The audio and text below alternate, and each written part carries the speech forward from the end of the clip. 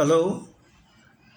આજે આપણે જીવનમાં લોકોની પર્સનલ બ્રાન્ડ ઊભી કરવાનો લોકોનો અભિગમ, તેની મહેચ્છા અને તેના પ્રયત્નો વિશે વાત કરીએ. મોટાભાગના લોકો એક સંપૂર્ણ નિરર્થક અથવા તો સંપૂર્ણ અજ્ઞાત જીવન જીવવાનું પસંદ કરતા નથી. દરેક પોતપોતાની આવડત અને હેસિયત મુજબ પોતાની પર્સનલ બ્રાન્ડ વેલ્યુ ઊભી કરવા પ્રયત્નશીલ રહેતા હોય છે. કોઈ ઉદ્યોગપતિ બને છે, કોઈ મોટા ડૉક્ટર, કોઈ મોટા વકીલ, બેંક મેનેજર, લેખક, મીડિયા પર્સન, બિઝનેસમેન, કોઈ સંસ્થાના પ્રમુખ, નેતા, અભિનેતા, સ્પોર્ટ પર્સન, પ્રિન્સિપાલ. આ બધી વ્યક્તિઓની એક બ્રાન્ડ વેલ્યુ છે. આ ઉપરાંત સંન્યાસીઓ પણ પોતાની બ્રાન્ડ વેલ્યુ ઊભી કરવા, લોકચાહના મેળવવા પોતાના પ્રવચનો સોશિયલ મીડિયા પર મૂકી વધારે ને વધારે લાઇક, શેર અને ફોલોવર્સ મેળવવાના પ્રયત્નોમાં લાગેલા હોય છે. તેઓ મોટિવેશનલ સ્પીકર્સ કહેવાય છે. ભલે તેઓએ પોતપોતાના માતા પિતાને છોડી સંન્યાસ લીધો હોય, પણ પ્રવચનોમાં તો તેઓ માતા પિતા ભગવાન સમાન છે અને તેમની ખૂબ સેવા ચાકરી કરી શ્રવણ જેવું જીવન જીવવાનો ઉપદેશ આપતા હોય છે.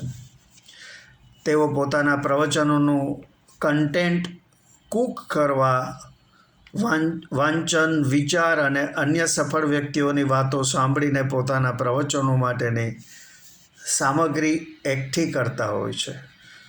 કોઈ પણ વ્યક્તિ સમાજમાં પોતાની ઓળખ ઊભી કરવા એટલે કે પર્સનલ બ્રાન્ડ ઇમેજ ઊભી કરવા, પોતાની સિદ્ધિઓનો પ્રચાર કરે તેને સેલ્ફ માર્કેટિંગ કહેવાય.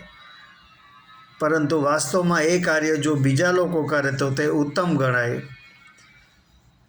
પણ જ્યારે જાતે જ પોતાની મહત્તા બતાવવી પડે તે થોડું અજુગતું લાગે છે.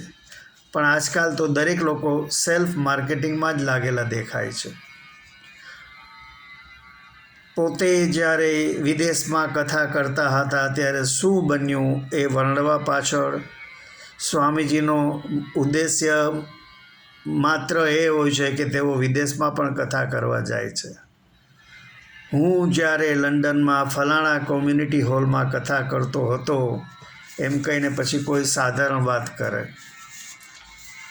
એક સ્વામીજી કહે કે તેમના પ્રવચનો સાંભળવા એક છોકરો રોજ કોઈ ગામડેથી સ્ટેટ ટ્રાન્સપોર્ટની બસમાં સવારે આવે ને સાંજે પાછો જતો રહે.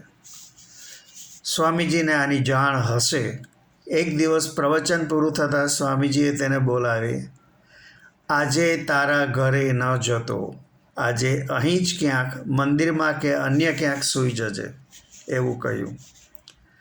અને બીજી સવારે તો તે જે બસમાં જવાનો હતો તેને અકસ્માત નડ્યો અને 55 મુસાફરોના મૃત્યુના સમાચાર ન્યૂઝપેપરમાં વાંચી છોકરો ધ્રુસકે ધ્રુસકે રડતો રડતો સ્વામીજીના ચરણોમાં પડી ગયો. મને એવું લાગે છે કે સ્વામીજી એ પોતાના સેલ્ફ માર્કેટિંગમાં 55 વ્યક્તિઓની કાલ્પનિક રીતે જાન ગુમાવ્યાનું વાત ઊભી કરી.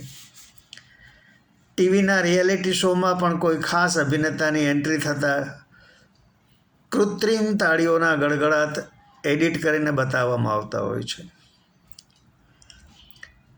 પરંતુ રણછોડદાસજી મહારાજ, પ્રમુખ સ્વામી, પાંડુરંગ શાસ્ત્રી જેવા ખૂબ જ થોડા લોકો હોય છે જેમનું કામ જ બોલે છે. તેમને પોતાની મહત્તા ઊભી કરવામાં રસ નથી, જરૂર પણ નથી પડતી. છતાં તેઓ તેમના કરોડો અનુયાયીઓ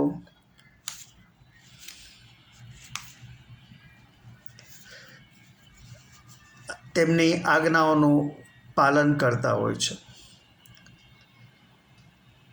માની લો કે ધરતીકંપ, પૂર અથવા એવી કોઈ પણ કુદરતી આફત આવે ત્યારે પ્રમુખ સ્વામીનો માત્ર આદેશ થતાં જ હજારો સ્વયંસેવકો સેવા આપવા હાજર થઈ જતા હોય છે.